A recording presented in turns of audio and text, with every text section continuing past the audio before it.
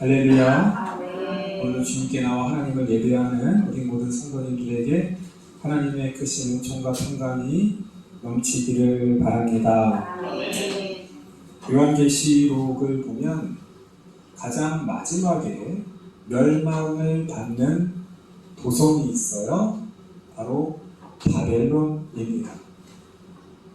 하나님께서 심판하실 때 가장 최후의 심판받는 도성, 그러니까 이 바벨론은 악의 도성, 사탄을 상징합니다. 바벨론이 멸망하고 나서야 새하늘과 새 땅이 시작되는 거예요. 자, 과연 구약 성경에서 이 바벨론이라는 도시는 어떻게 표현하고 있길래 요한계시록 가장 하나님께서 심판하실 때 그 마지막에 끝까지 남아서 하나님을 저항하는 도시가 되었을까요?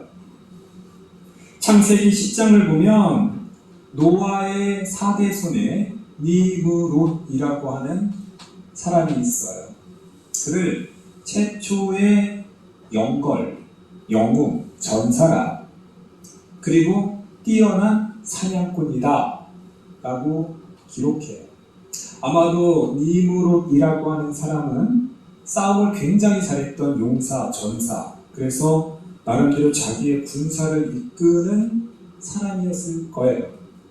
그가 시날 땅이라고 하는 곳에, 그 시날 땅이라고 하는 곳에 바벨, 에렉, 악삿, 갈레를 세웠더라. 그 바벨, 에렉, 악삿, 갈레의 도시를 세웠다는 거예요. 바벨이라는 말은 창세기 10장에서 처음 나와요. 그리고 나중에 창세기 11장에서 사람들이 탑을 세웁니다. 탑. 하늘에 닿아서 흩어짐을 면하자 하나님과 견주자. 그렇게 높은 탑을 쌓아요. 그 탑의 이름이 뭐죠? 바벨탑. 그 탑이 왜 바벨탑이냐면요, 바벨이라는 도시에 쌓아서 바벨탑이에요. 바벨이라는 이름이 이렇게 하나님을 저항하는 사람들, 그 도시에 큰 탑을 세우는 이름으로 창세기에 등장한다는 거예요.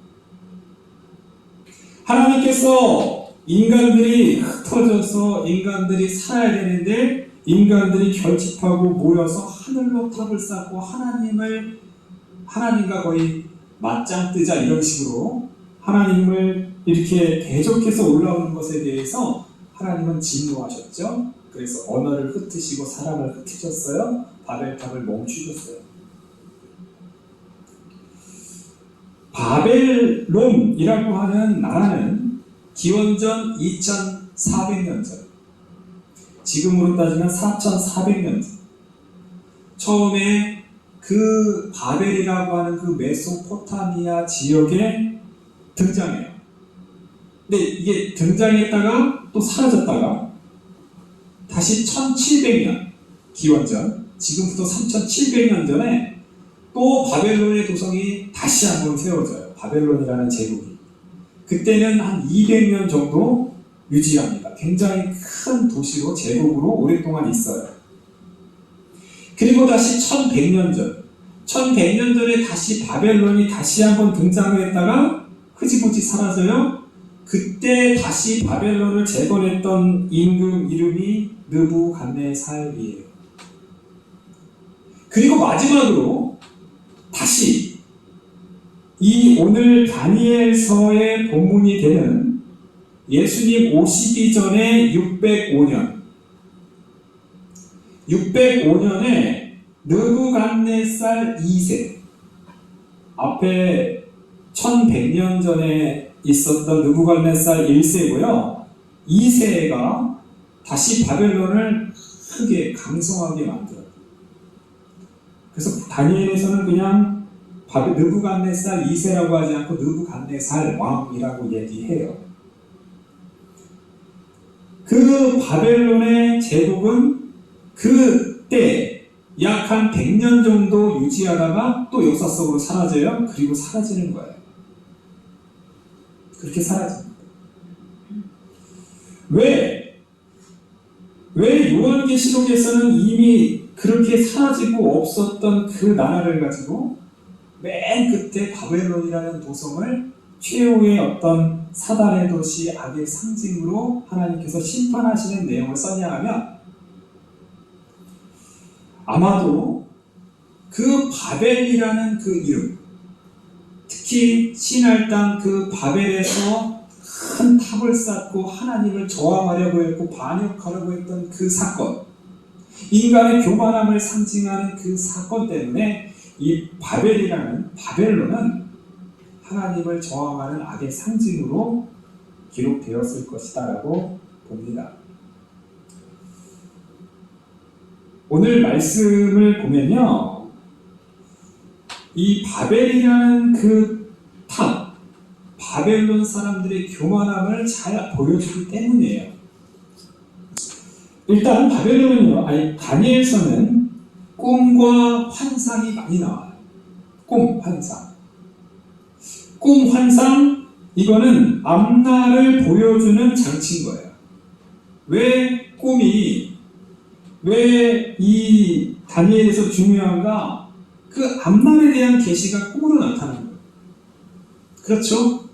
우리가 다니엘서 지난주에 그 다니엘과 세 친구가 나라를 잃고 그들의 은혜로운 그 이름을 빼앗기고 그 바벨론의 그 신의 이름을 갖다 붙여서 이름이 바뀌어져요. 다니엘은 그것은 막을 수가 없어요. 왜냐하면 그렇게 부르는 걸 막을 수는 없잖아요. 그러나 다니엘은 적어도 내가 먹는 것, 내가 할 수 있는 거는 내가 막겠다. 그래서 그 부정한 음식, 신들에게 바쳐졌던 그 음식을 내가 먹지 않겠습니다. 다니엘은 뜻을 정해서 그렇게 살았는데 하나님께서 그들에게 은혜를 주셔서요, 지식도 주시고 학문을 깨달을 수 있는 능력도 주시고 다니엘에게는 특별히 꿈과 이상을 해석하는 능력을 주셨더라. 할렐루야.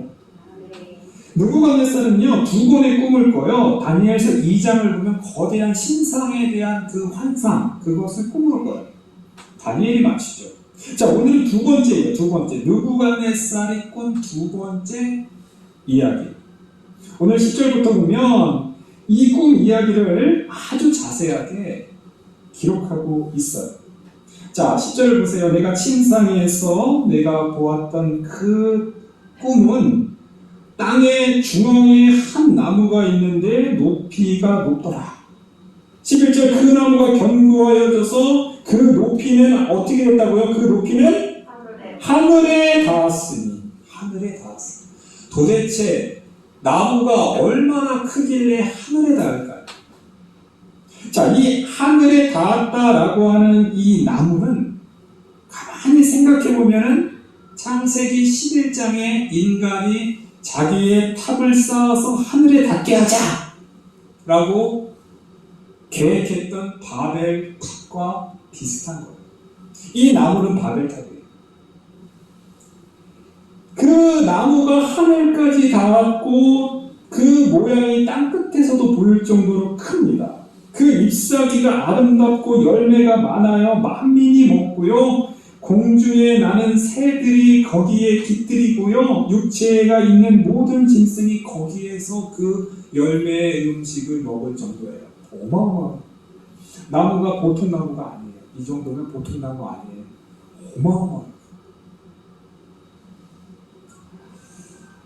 자, 이렇게 이 나무만 보았고 끝났다면 그것은 아주 느부갓네살에게 행복하고 흐뭇한 꿈일 거예요. 왜냐하면 그 나무가 자신의 제국, 자기가 만들었던 나라를 상징한다고 생각했기 때문이죠. 그런데 문제는 그 다음에 어떤 순찰자, 이 하늘에서 이 하늘을 순찰하는 어떤 사람이 하늘에서 내려와서 그 나무를 싹둑 베고 그 거대한 나무가 넘어지고 쓰러지니 그 광경이 얼마나 또 보았을 때 끔찍했을까요? 열매들을 해치고 그 아래에 있는 짐승들을 다 쫓아내요. 그 나무는 이제 구루터기만 남았습니다. 그 가루터기에 또 새와 노줄을 두면서 그 나무가 자라지 못하게 해요. 들불 가운데 젖어서 그 짐승과 더불어 그냥 그렇게 야생에 방치됐다라는 거예요. 그리고 그 나무가 그 사람과 같지 아니하고 짐승의 마음, 그 야생으로 그렇게 받은 나무가 7대를 지내요. 정확히 7대가 이 때라는 얘기가 얼마인지는 정확히 성경에서는 말하지 않지만 72년, 이것을 구약을 헬라어로 번역한 그 성경을 보면 7년이라고 나와 있어요. 7년 동안 그렇게 있었더라.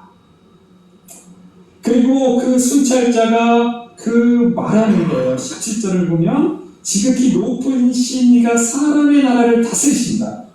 자기의 뜻대로 그것을 누구에게 주시며 지극히 천한 자를 그 위에 세우시는 줄 사람이 알게 하고자 이렇게 했다라는, 이게 바로 꿈이에요. 자, 오늘 이 꿈, 다니엘의 그 느부갓네살 두 번째 꿈, 이 꿈을 통해서 우리가 하나님께서 우리에게 주시는 교훈 2가지를 함께 살펴볼 텐데요. 따라하겠습니다. 이 세상은 하나님께서 다스리십니다. 다니엘을 통해서 우리에게 주시는 큰 교훈이 있다면 그것은 이 세상을 하나님께서 통치하신다라는 거예요. 다니엘을 읽을 때 우리가 잊지 말아야 돼요. 이 세상은 하나님께서 다스리시는 세상이다라는 거예요. 바벨론 제국, 우리가 지난주에도 함께 나눴지만 바벨론 제국은 강대국이에요. 그 강대국이 세워지기 위해서는 끊임없이 약한 나라들, 자신의 힘으로 약한 나라를 침탈하고 약한 나라를 빼앗고 압제하면서 경제적인 수탈을 해서 강해진 거예요. 이 바벨론 제국은 약육 강식의 사회입니다. 힘센 사람, 강한 사람이 약한 사람을 짓밟음으로 더 강해지는 사회가 바로 바벨론 제국이에요. 우리가 살고 있는 사회도 똑같습니다. 우리가 살고 있는 세상 그렇지 않나요? 힘 있는 사람들은 더 힘을 가지고 약한 사람들을 어떻게 하면 더 그들의 것을 빼앗아서 하려고 하는 여러 가지 제도, 여러 가지 그런 정치적인 그런 수단 삼고 있지 않나요? 똑같아요. 자, 느부갓네살. 그는 이렇게 해서 최상위 그 꼭대기에 있는 사람이에요. 바벨론 제국에서 가장 꼭대기에 있는 사람이에요. 그는 얼마나 잔인하고 포악한지 몰라요. 자, 오늘 말씀을 가만히 보면요. 자, 느부갓네살이 이 꿈으로 인해서 번민하고 두려워하고 초조해했더라. 제국을 다스리는 강력한 제국의 왕이라 할지라도 하룻밤의 꿈 한 번만으로도 이렇게 두려워하는 거예요. 이게 아무리 강한 제국의 왕이라 할지라도 꿈 한 번 잘못 꾸면 이렇게 두려워합니다. 그렇지 않나요? 우리 성도님들 한번 생각해 보십시오. 우리 성도님들이 밤에 꿈을 꾸는데 너무나도 생생한 꿈이에요. 너무나 생생한 꿈이에요. 마치 영화를 보는 것 같은 그런 꿈을 꿨다고 생각해 보세요. 근데 그 꿈이 좋은 꿈이 아니라 뭔가가 좋고 성공하고 무성하고 이렇게 나무가 잘 자라는 것을 끝나는 게 아니라 아름답고 크게 자랐던 나무가 뚝 잘렸다. 그리고 그것이 흩어지고 그냥 짐승처럼 그냥 방치되고 이랬다. 자, 이런 꿈을 꾸게 된다면 우리는 뭔가 비순순하다. 우린 다 똑같은 거야. 우리는요, 아무리 큰 일을 성공을 했다고 해도 이 꿈 한 번에 우리는 휘청휘청거리는 게 바로 인간인 거예요. 바벨론의 이 느부갓네살 이 왕은요, 이 꿈을 해석하라고 그래요.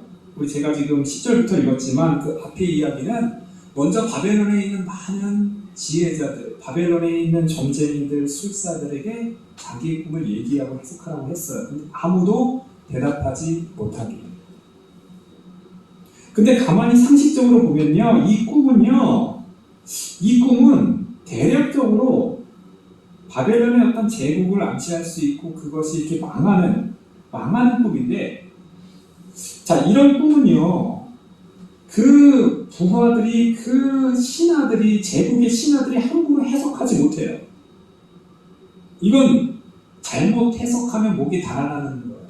좋은 얘기가 아니고. 좋은 얘기라면 해석할 거예요. 왕이여, 이렇게 참 길조가 되고 더 왕성하고 좋아질 것입니다. 그러나 제국이 망한다는 이 꿈을 가지고 어떻게 해석하겠어요? 어떻게? 우리가 다니엘서 2장에서 봤을 때는 다니엘의 이 느부갓네살이 얼마나 잔인한지요. 자기의 꿈도 알려주지 않고 해석 못하면 다 죽여버리겠다고 얘기를 해요. 그걸 겪은 부하들이, 여기에 있는 이 지혜자들이 못하는 거예요. 알아도 못하는 거예요. 다니엘은 이 꿈에 대해서 말하지. 폐하, 이 꿈은 장차 하나님께서 이 왕과 이 제국에 대한 경고입니다. 교만하지 말라는 경고예요. 교만하면 하나님께서 이렇게 제국을 잘라버릴 수 있습니다. 망하게 할 수 있습니다. 라는 경고예요. 자, 느부갓네살은 다니엘의 경고를 무시했어요. 그 뒷이야기를 보면요, 다니엘에 분명히 그렇게 경고를 했음에도 불구하고 30절을 보면요, 12달 후에 1년이 지나서 느부갓네살은 자신의 바벨론 그 제국을 바라보면서 바벨론은 내가 내 능력으로 건설하여 세웠다. 나의 도성으로 삼고 이것으로 내 위엄과 영광을 나타낸 것이 아니냐라고 하며 자화자찬을 해요. 그때 그 이후로 느부갓네살 왕이 갑자기 사람들에게 쫓겨서 들짐승처럼 살았더라. 하나님께 벌을 받자 실성했다는 거예요. 정상적으로 살지 못하고 바깥에 가서 들짐승처럼 실성한 미치광이처럼 살았다는 거예요. 하나님께서 분명히 이 꿈을 통해서 경고했는데 느부갓네살이 그것에 자기에게 영광을 돌리고 교만하게 되자 하나님께서 정말로 치셨다는 거예요. 마치 바벨탑이 그 높이 쌓아서 하나님과 견주어 흩어짐을 면하자라고 생각했던 그 사람들이 이제 느부갓네살이 이 거대한 나무를 세워놓고 이게 내가 했다, 하나님이 했다가 아니라 내가 했다, 자만하고 교만할 때 하나님께서 치신다는 거예요.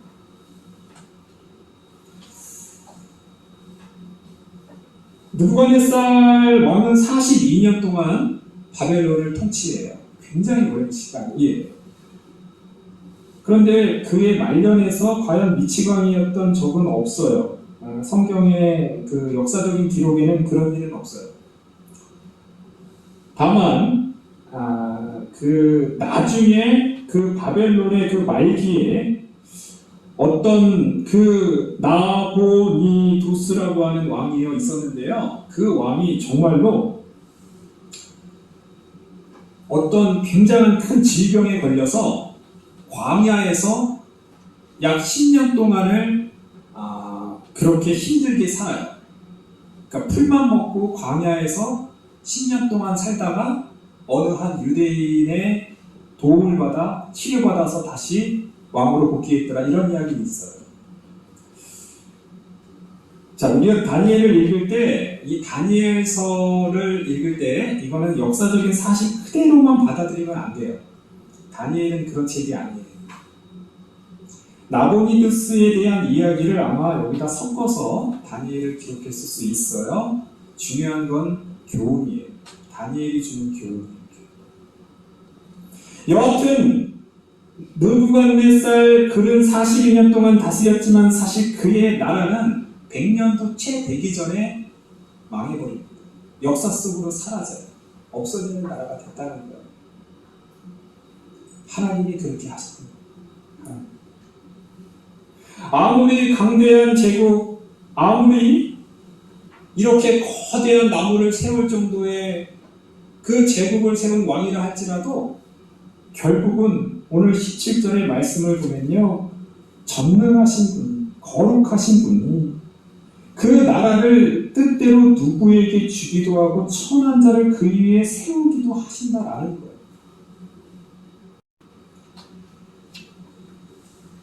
다니엘서를 볼 때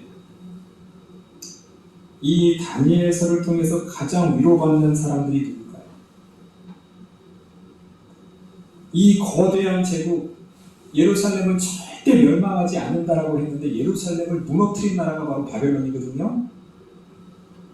그런데 그 바벨론의 제국도 결국 밑둥을 잘라버리고 흩어버리고 완전히 산산조각, 그 심판에서 없애보시는 분이 바로 하나님이시라는 거예요. 다니엘서는요, 예루살렘이 멸망하고 나서 오랫동안 이어지는 그 포로기 가운데 절망하고 좌절하고, 어떻게 하나님께서 예루살렘을 멸망할 수 있습니까? 어떻게 하나님께서 이 민족을 지켜주시지 않으십니까? 라고 절망하고 좌절하고 있는 이스라엘 백성들을 위한 책이에요. 거대한 제국이 예루살렘과 남유다를 멸망시켰지만 결국 그 제국도 하나님의 손에 있습니다. 할렐루야. 거룩한 자가 결국은 다스리시면서 그것을 주신다는 거예요. 이게 다니엘서의 가장 큰 교훈이라는 거예요. 자, 두 번째, 오늘 교훈을 통해서 우리가 한 가지 더 우리가 교훈을 살펴볼 것은요, 따라하겠습니다. 가난한 자를 긍휼히 여겨야 합니다. 제가 오늘 말씀은 읽지 않았지만요, 27절 한번 볼까요? 27절. 우리 한번 중요한 얘기인데요. 27절 한번 읽어보겠습니다.